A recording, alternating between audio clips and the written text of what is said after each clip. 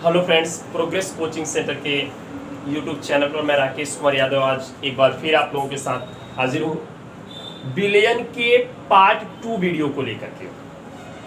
और आज हम आप लोगों को बताएंगे बेटा कि विलयन की सांद्रता कैसे ज्ञात की जाती है, किसी विलयन की सांद्रता कैसे निकालते हैं और सांद्रताएं व्यक्त करने की कौन कौन सी विधियां हैं, किसी विलयन की सांद्रता कैसे ज्ञात की जाएगी, इस बात पर आज हम चर्चा करेंगे। तो फिर से बेटा शुरू करते हैं एक दमदार लेक्चर के साथ आज का नया सेशन। समय को ध्यान में रखते हुए समय जाया नहीं करेंगे।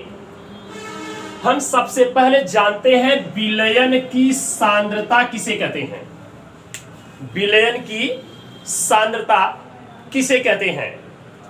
अब विलयन की सांद्रता पहले जानते हैं कि विलयन की सांद्रता किसे कहते हैं। आप लोग लिख सकते हैं बेटा विलयन की सांद्रता। Come on let's go. विलयन के इकाई आयतन में, विलयन के इकाई आयतन में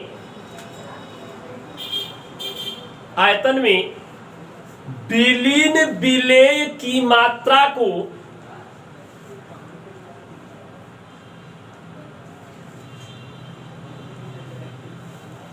विलयन के इकाई आयतन में विलीन विलेय की मात्रा को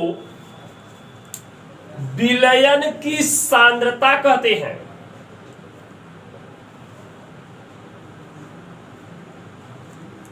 विलयन के इकाई आयतन में विलीन विलेय की मात्रा को विलयन की सांद्रता कहते हैं। अब विलयन की जो सांद्रता है बेटा ये 2 यूनिटों में व्यक्त की जाती है। एक भौतिक यूनिट में विलयन की सांद्रता और दूसरी है रासायनिक यूनिट में विलयन की सांद्रता। तो हम पहले देखते हैं बेटा भौतिक यूनिट में विलयन की सांद्रता क्या है। इसमें हम 4 प्रकार से व्यक्त करेंगे। एक भार प्रतिशतता या इसी को द्रव्यमान प्रतिशतता भी कहते हैं। भौतिक विज्ञान में भार और द्रव्यमान दोनों अलग अलग रूप से व्यक्त किए जाते हैं, लेकिन रसायन के लिए हम भार और द्रव्यमान को प्रायः एक ही इकाई मानकर यूज कर लेते हैं, केवल रसायन के लिए। जबकि भौतिक विज्ञान में भार अलग होगा और द्रव्यमान अलग होगा। यानी द्रव्यमान आप समझ सकते हैं कि किसी पदार्थ में उपस्थित उस पदार्थ की वास्तविक मात्रा को उसका द्रव्यमान कहते हैं। और भार बता रहे हैं कि यानी किसी पदार्थ पर लगने वाला गुरुत्वाकर्षण बल की माप है। तो द्रव्यमान स्थान के साथ परिवर्तित नहीं होता, लेकिन भार स्थान के साथ क्या हो जाता है, परिवर्तित हो जाता है।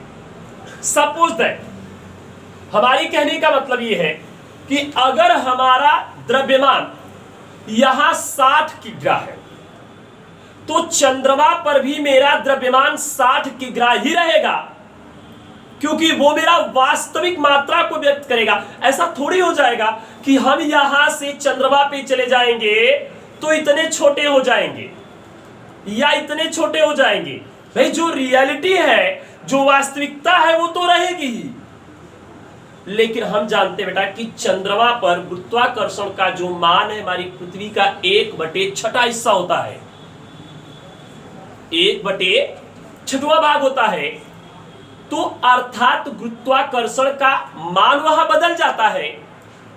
अगर हमारी कहने का यह मतलब हुआ कि कोई वस्तु यहां 60 किलो की है तो उस चंद्रमा पर उस वस्तु का भार 1/6 यानी आप समझ सकते हैं कितना हो जाएगा, 10 किलो हो जाएगा। लेकिन उसका द्रव्यमान नहीं चेंज होगा। द्रव्यमान तो 60 किग्रा है, वो 60 किग्रा रहेगा ही, लेकिन उसका भार जो है वो बदल जाएगा, क्योंकि वहां गुरुत्वाकर्षण का मान क्या हो जाएगा, बदल जाएगा। तो गुरुत्वाकर्षण का मान जहां जैसे जैसे चेंज होता चला जाएगा वस्तु का भार चेंज होता जाएगा। क्यों? क्योंकि गुरुत्वाकर्षण की माप को ही उसका भार कहते हैं, जबकि द्रव्यमान जो है वो नियत होता है, पदार्थ में उपस्थित वास्तविक मात्रा को व्यक्त करता है। तो आप समझ गए होंगे कि जो द्रव्यमान है वह किसी वस्तु में उपस्थित उस पदार्थ की वास्तविक मात्रा को प्रकट करती है, जबकि भार जो है वह उस वस्तु पर लगने वाले गुरुत्वाकर्षण बल की क्या होती है? माप होती है।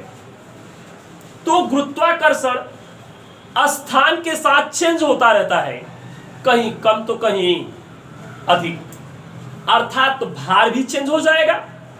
लेकिन ऐसा थोड़ी है कि हम यहां 60 की ग्रा के हैं, यहां मेरा द्रव्यमान 60 की ग्रा है और हम चंद्रमा पे जाएंगे तो वहां पर मेरा द्रव्यमान 10 की ग्रा हो जाए। नहीं, मेरी वास्तविक मात्रा थोड़ी घटेगी यार, मेरा पैर थोड़ी पतला हो जाएगा, मेरी कमर थोड़ी पतली हो जाएगी, या मेरे मांस मेरे शरीर से अंग निकलकर अलग थोड़ी हो जाएंगे।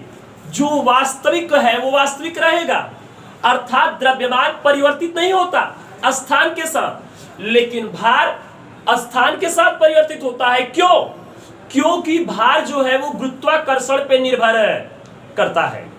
तो आप समझ गए होंगे कि रसायन विज्ञान में हम कभी भार प्रतिशतता या द्रव्यमान प्रतिशतता कहते हैं, तो प्रायः रसायन विज्ञान के लिए आप लोग घबराइएगा नहीं कि आप भार प्रतिशतता या द्रव्यमान प्रतिशतता को हम लिख सकते हैं। हम लिख सकते हैं, भार प्रतिशतता भी कह सकते हैं या द्रव्यमान प्रतिशतता भी कह सकते हैं, लेकिन भौतिक विज्ञान में ऐसा नहीं कर पाएंगे। तो रसायन में भार और द्रव्यमान को लगभग एक ही इकाई के रूप में कार्य करने के लिए मान लिया जाता है। तो आइए देखते हैं बेटा, भौतिक यूनिटों में सांद्रता हम जान गए। विलयन की सांद्रता किसे कहते हैं?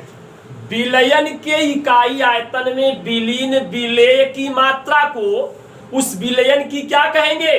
सांद्रता कहते हैं। जैसे अब यहां पर मान लिया कि मैंने एक बीकर लिया और इस बीकर में हमने 100 ग्राम पानी लिया, 100 ग्राम पानी लिया और इसी में मैंने 50 ग्राम नमक डाल दिया। अगर मुझसे यह पूछा जाए कि इसकी सांद्रता क्या होगी, इसकी सांद्रता क्या होगी, तो आप क्या कहेंगे? यानी आप देखिए, यह भार प्रतिशतता को व्यक्त करेगा। कैसे? चूंकि जो विलयन होगा उसका भी केवल हम भार लेंगे और जो विलेय होगा उसका भी क्या लेंगे? भार लेंगे। यानी कह सकते हैं कि 100 ग्राम विलयन में विलीन विलेय की ग्रामों की संख्या, 100 ग्राम विलयन में विलीन विलेय के ग्रामों की संख्या उस विलयन की भार प्रतिशतता कहलाती है। और इसी जगह अगर ऐसा कर दें कि मान लो एक बीकर ले लेते हैं, अब इसमें मैंने 100 ml पानी ले लिया और इसी में मैंने 50 ml क्या ले लिया? शराब ले लिया। अब ध्यान से समझिएगा, यहां पर मैंने पदार्थ की मात्रा को किसमें व्यक्त किया है? ग्राम में। और लेकिन यहां पर किसमें व्यक्त किया है? मिलीलीटर में। अर्थात यह भार को प्रकट कर रही है और ये किसको प्रकट कर रही है? आयतन को प्रकट कर रही है। एक बार फिर से बताते हैं। यानी कहने का मतलब यह है कि यहां पर हमने ये देखा कि जो विलयन है उसका मैंने भार लिया है 100 ग्राम। कितना लिया? 100 ग्राम। अर्थात ये कह सकते हैं कि इस पूरे विलयन का भार मान ले तो पानी कितना हो जाएगा? 90 ग्राम। और यहां पर अगर 10 ग्राम नमक मिला दिए तो पूरे विलयन का भार कितना हो जाएगा? 100 ग्राम। अगर 90 ग्राम पानी और 100 ग्राम नमक है तो पूरे विलयन का भार कितना हो जाएगा? 100 ग्राम। तो चूंकि यहां पानी का भी हम भार ले रहे हैं और नमक का भी क्या ले रहे हैं? भार ले रहे हैं।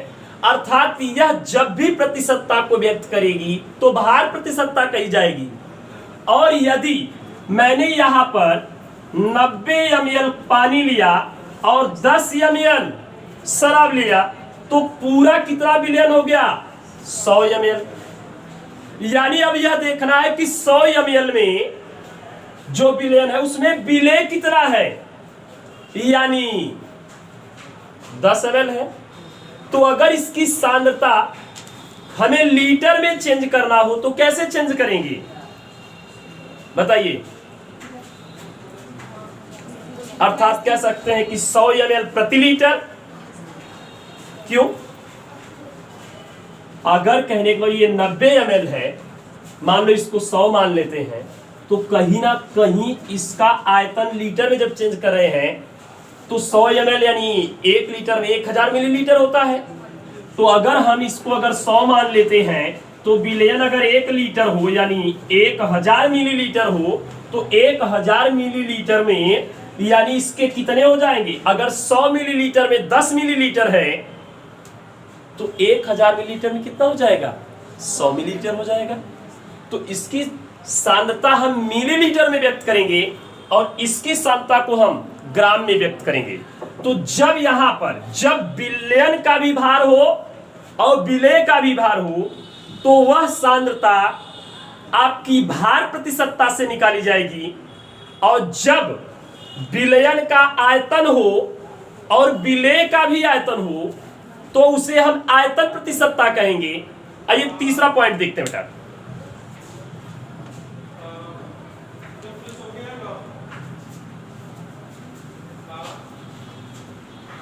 चलिए अब देखते हैं यहां पर भार आयतन प्रतिशतता। भार आयतन प्रतिशतता यानी कह सकते हैं कि भार आयतन प्रतिशतता में यानी एक पदार्थ का भार निकालेंगे और दूसरे का आयतन। पहले में दोनों का भार प्रतिशतता, दूसरे में दोनों का आयतन प्रतिशतता। और भार आयतन प्रतिशतता का मतलब हो सकता है, कह सकते हैं कि 100 ग्राम विलयन में विलीन विलेय के मिलीलीटरों की संख्या। देखिए 100 ग्राम विलयन में विलीन विलेय के मिलीलीटरों की संख्या, यानी एक का तो ग्राम में लेकिन दूसरे का लीटर में निकाल रहे हैं। अर्थात एक का तो भार प्रतिशतता है लेकिन दूसरे की आयतन प्रतिशतता है, यानी दोनों को मिला देंगे तो भार आयतन प्रतिशतता कही जाएगी। तो अब देखते हैं बेटा भार प्रतिशतता। Come on let's go. देखिए भार प्रतिशतता बताया गया बेटा कि विलयन का भी भार हो और विलेय का भी भार हो, यानी जो घोले उसका भार और घुलने पर जो बने उसका भार।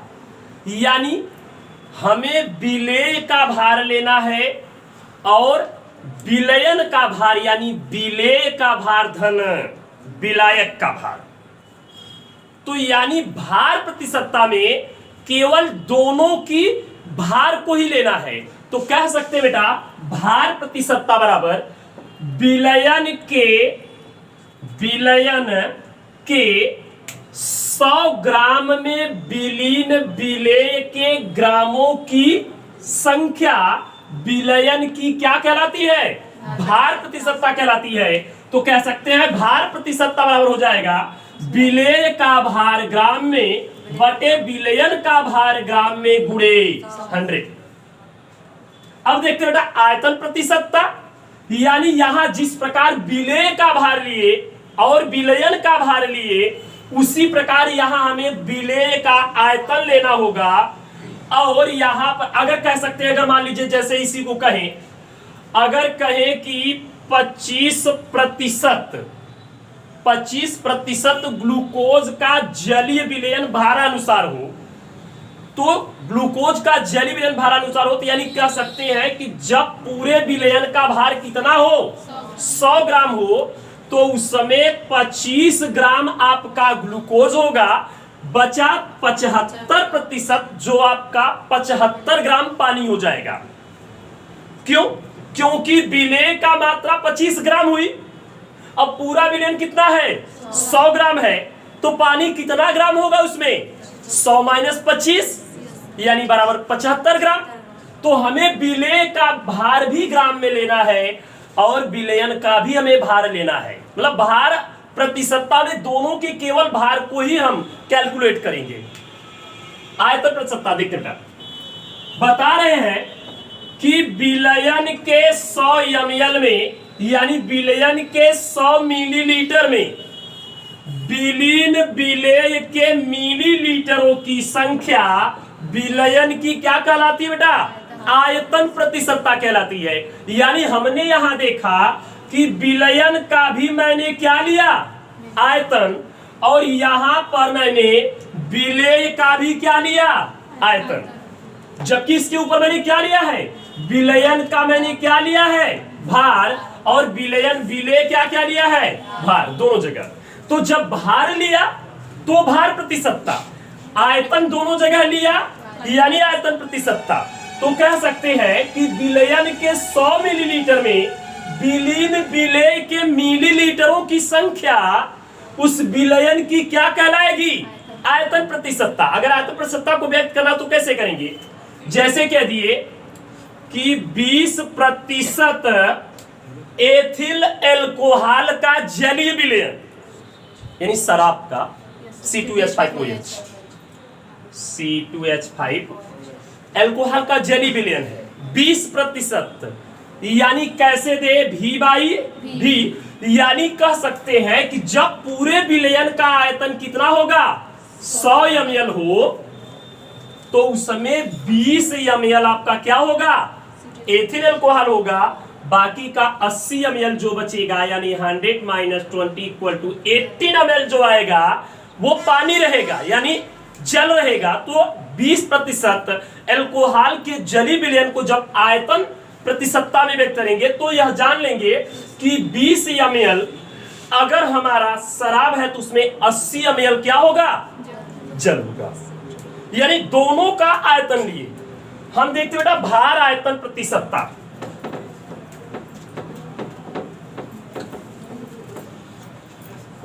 चलिए अब देखते बेटा भार आयतन प्रतिशतता। अब यहां देखिए यानी भार आयतन में आया तो यानी ये बात समझ सकते हैं कि एक पदार्थ का भार होगा तो दूसरे का क्या होगा आयतन, जबकि भार प्रतिशतता में दोनों का केवल भार, आयतन प्रतिशतता में केवल दोनों का आयतन, लेकिन भार आयतन प्रतिशतता दोनों दे रहा है यानी एक पदार्थ का भार होना चाहिए और दूसरे पदार्थ का आयतन होना चाहिए। तो लिख सकते हैं बेटा विलयन के 100 मिलीलीटर में विलीन विलेय के ग्रामों की संख्या विलयन की भार आयतन प्रतिशतता कहलाती है। अब देखिए तुरंत डिफरेंस बनाते हैं थोड़ा सा, क्या है बेटा कि विलयन के 100 मिलीलीटर में यानी विलयन का मैंने क्या लिया आयतन, विलयन का क्या लिया आयतन, लेकिन मैंने बेटा विलेय का क्या लिया भार, विलेय का क्या लिया बेटा। थोड़ी देर पे मोटी भाषा में समझने की कोशिश करते हैं। अक्सर हम कभी जाते हैं सब्जी की दुकान पर, तो सब्जी की दुकान पर जाने के बाद क्या बेटा हम कभी सब्जी वाले से यह कहते हैं कि 1 लीटर बैगन दे दो, क्या कहते हैं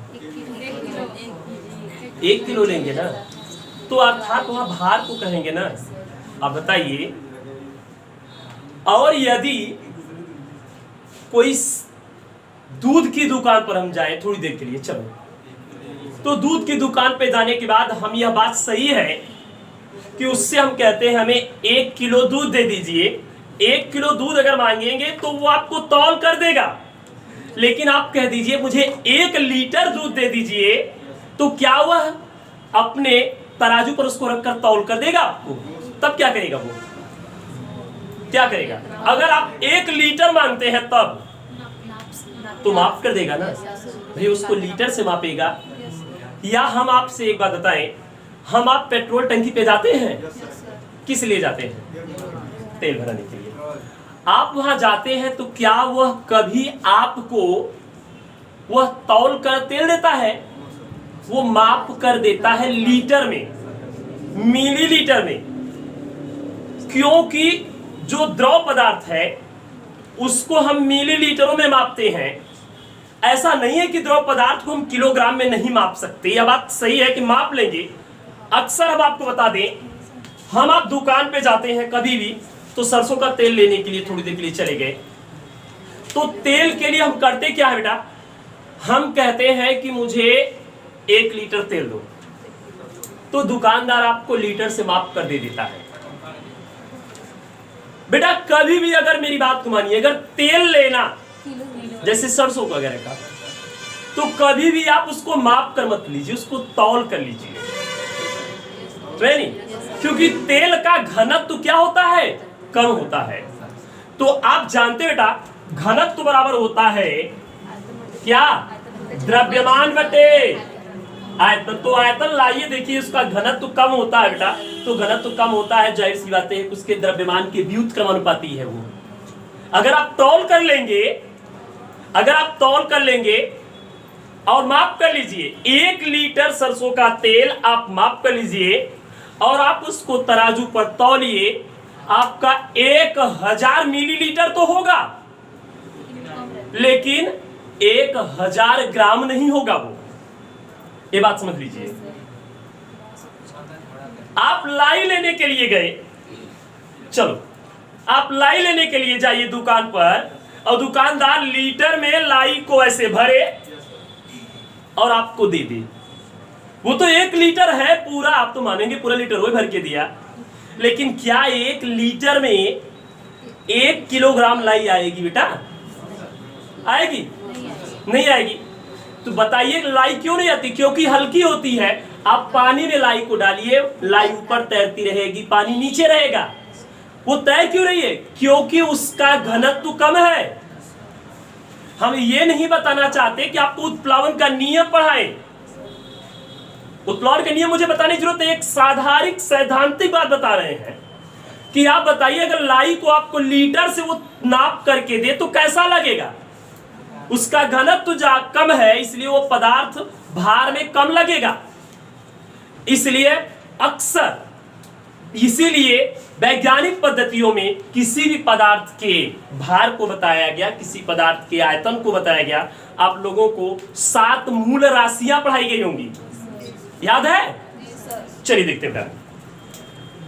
तो अब बता रहे भार आयतन प्रति सप्ताह, तो विलयन के 100 मिलीलीटर में विलीन विलेय के ग्रामों की संख्या, यानी कह सकते हैं भार आयतन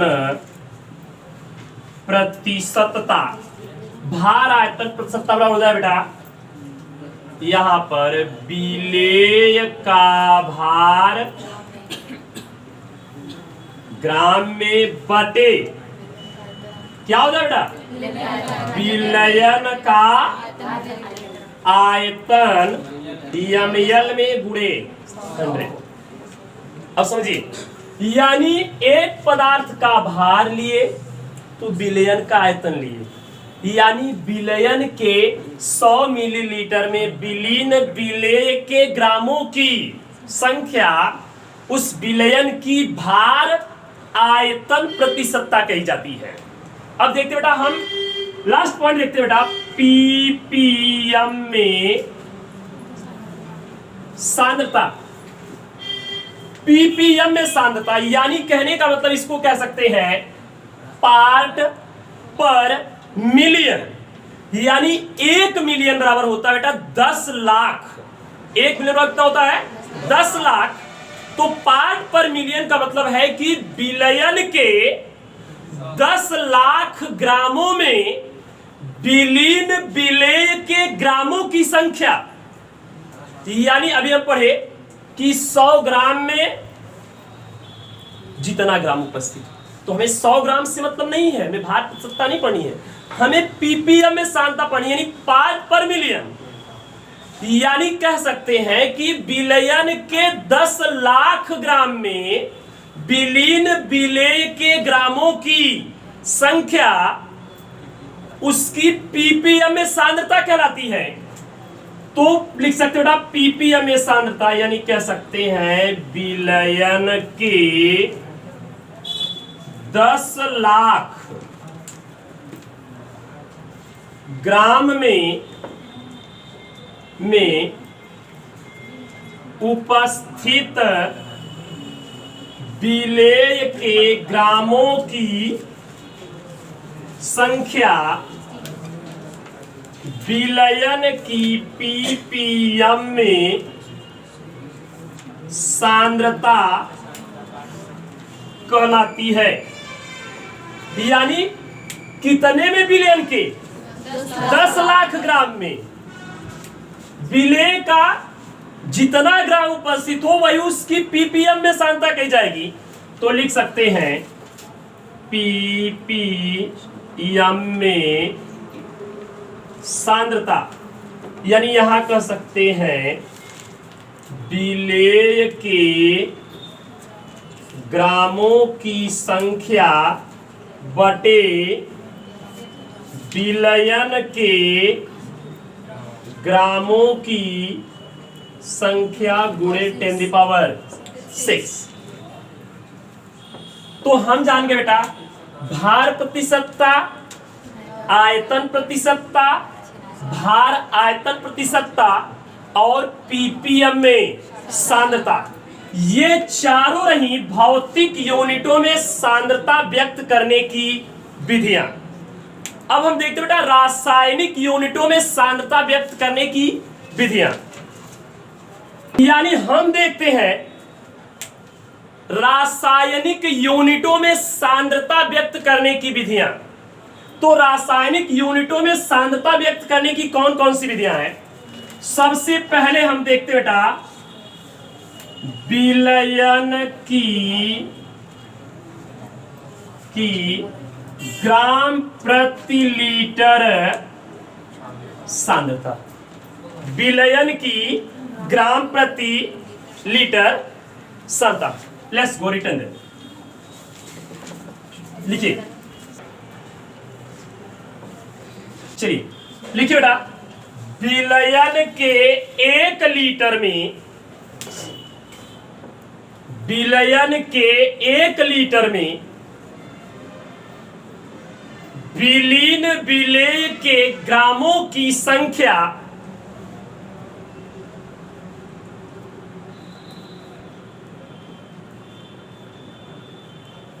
विलयन के 1 लीटर में विलीन विलेय के ग्रामों की संख्या विलयन की ग्राम प्रति लीटर सांद्रता कहलाती है।